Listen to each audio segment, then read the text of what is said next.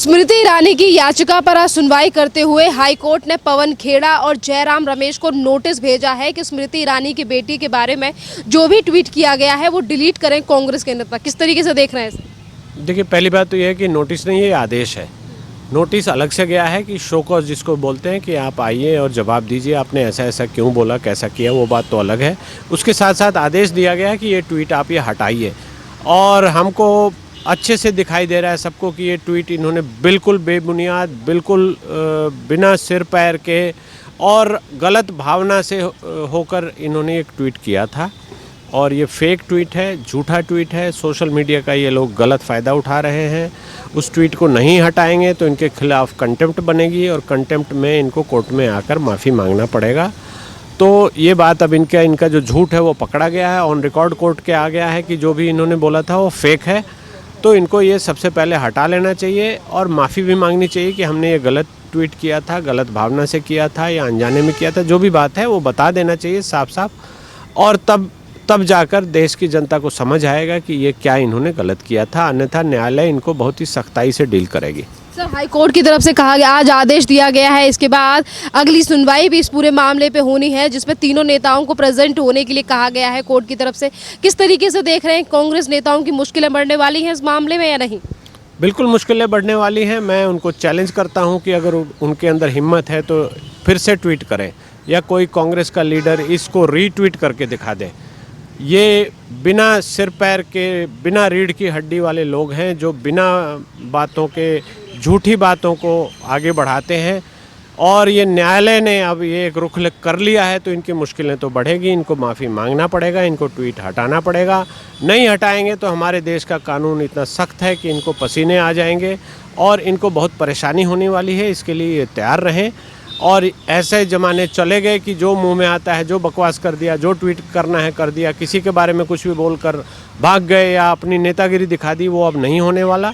स्मृति ईरानी जी ने बिल्कुल ठीक किया है और इनके खिलाफ इससे भी सख्त आदेश अब आएंगे। सर, मानहानि का केस डाला गया है स्मृति ईरानी की तरफ से हाई कोर्ट में, पर यहीं पर अब जनता की तरफ से ये सवाल भी खड़ा हो रहा है, क्या राजनीति के चलते किसी भी नेता के बच्चे को इस तरीके से टारगेट करना कहाँ तक ठीक है? जिस तरीके से कांग्रेस के नेताओं ने किया स्मृति ईरानी की बेटी को और कहा कि वो गैर लाइसेंस लेकर बाढ़ चला रही हैं गोवा में।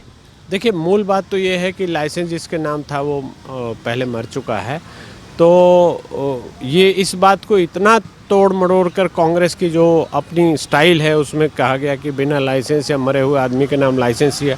लाइसेंस तो उन्होंने अप्लाई नहीं किया था, लाइसेंस तो पहले से मिला हुआ था। वो आदमी मर गया और वो बार चल रहा है। तो इस चीज़ को घुमा फिरा कर बोल रहे हैं जो कि उनकी गलत मानसिकता को दिखाता है। चूँकि स्मृति ईरानी जी की बेटी राजनीति में नहीं है और कोई राजनीतिक मतभेद उनका नहीं है किसी व्यक्तिगत रूप से किसी का, तो इनको राजनीतिक स्मृति ईरानी जी की आलोचना करने की पूरी आज़ादी है। उनकी पॉलिसीज़ की करें, उनके एक्शंस की करें, जो भी करना है करें, लेकिन उनकी बेटी के बारे में ऐसा बोला गया तो इनकी गंदी और घटिया मानसिकता को दिखाता है। और अब इनको न्यायालय भी खूब बढ़िया सबक सिखाएगी, साथ साथ जनता भी इनको सिखा चुकी है। इनका वोट मिलना बंद हो चुका है। ये करीब करीब हर जगह से बाहर हो चुके हैं। एक दो जगह सरकार में जहां ये मैनिपुलेट करके सरकार बना के चल रहे हैं वहां से भी धीरे धीरे बाहर हो जाएंगे। और संसद में भी ये कोई कार्रवाई तो कर नहीं पा रहे, कुछ भी नहीं कर पा रहे हैं। तो ऐसे चलता रहा तो कांग्रेस का नामो निशान ही मिट जाएगा और उसके लिए ऐसे ही घटिया नेता जिम्मेवार होंगे और ये इनको पूरी तरह से कांग्रेस को समाप्त करके ही रुकेंगे। केंद्रीय मंत्री स्मृति ईरानी ने जिस समय पर कांग्रेस के नेताओं ने उनकी बेटी को लेकर ये तल्ख टिप्पणी की थी, ट्वीट किए थे, प्रेस कॉन्फ्रेंस में तमाम बातें कही थी, उस समय पर स्मृति ईरानी ने भी इन चीज़ों का जिक्र किया था कि सिर्फ राजनीति के चलते मेरी निजी परिवार पर, मेरे जो परिवार है, मेरी निजी लाइफ पर टिप्पणियां की जा रही हैं और मेरी बेटी को टारगेट किया जा रहा है। बिल्कुल सही बात है। स्मृति ईरानी जी का कद बहुत बड़ा है। वो किसी पारिवारिक राजनीति से नहीं आई है। वो इंदिरा गांधी के घर से नहीं है, जवाहरलाल नेहरू के घर से नहीं है, राजीव गांधी के बेटे नहीं हैं।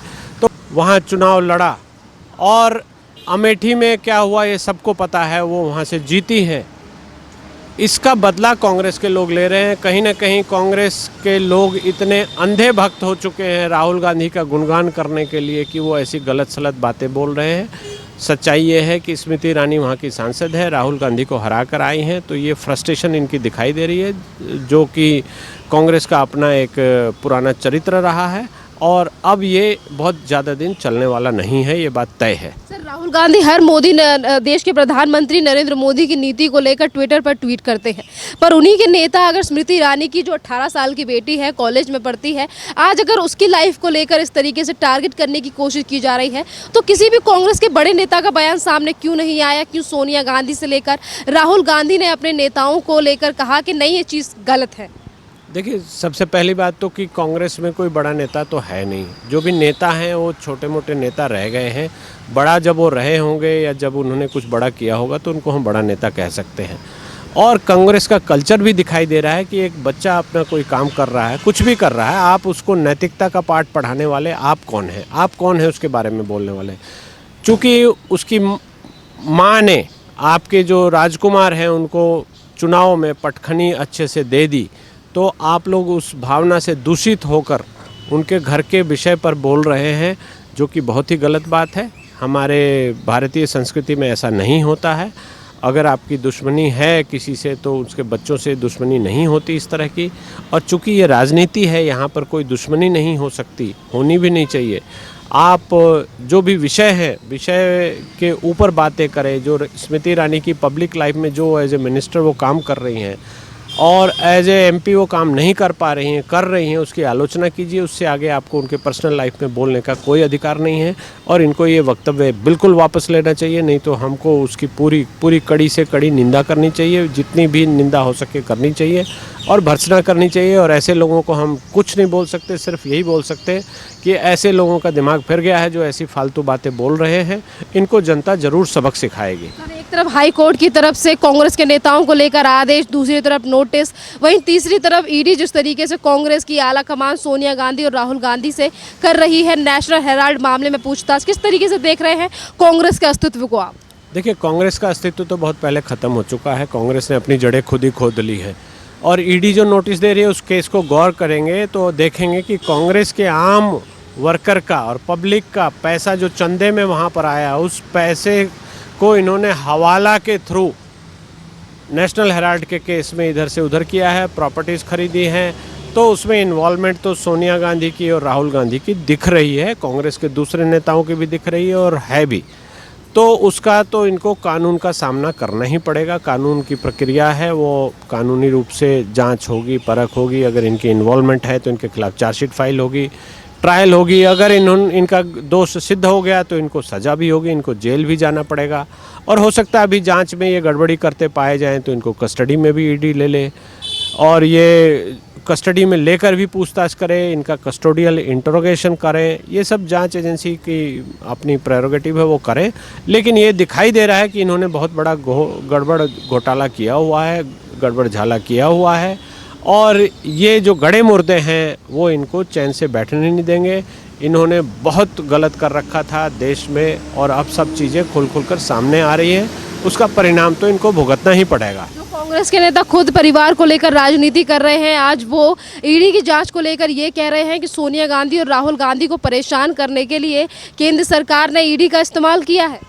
देखिए, तो ऐसी बात है तो उनको खुलकर बता देना चाहिए कि वो पैसा कहाँ से आया, किससे लिया, किस रूट के थ्रू भेजा, हवाला ऑपरेटर कौन था, सारी बातें वो बता दे, खुलकर बता दे क्या किया गया है, सारी बातें साफ साफ बता दे और अपने आप को अप्रूवर बना ले कि हम सच बताने को तैयार हैं। किस किस ने क्या गड़बड़ किया था हमसे पूछ लीजिए, अप्रूवर बन जाए। अगर इतने ही निर्दोष हैं तो बन जाए। उसको वो करने की बजाय वो विक्टिम कार्ड खेल रहे हैं, गलत बातें बोल रहे हैं, सरकार को ब्लेम कर रहे हैं। अगर आपने गड़बड़ किया है तो कानून तो आपको छोड़ेगा नहीं और कानूनी प्रक्रिया चल रही है तो आपको क्यों तकलीफ़ हो रही है? आपको तो ये भुगतना ही होगा। ये सारे देश में कोई भी कानून तोड़ता है तो उसके साथ यही होता है और आपके साथ भी यही हो रहा है। तो इसमें कोई महानता आपकी नहीं दिख रही, ये आपका घटियापन दिख रहा है।